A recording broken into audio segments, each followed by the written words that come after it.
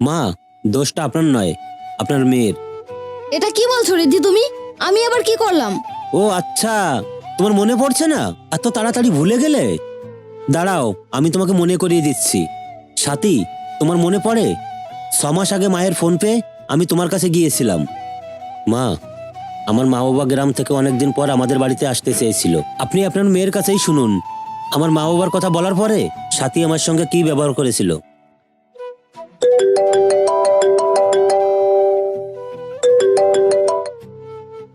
Hello.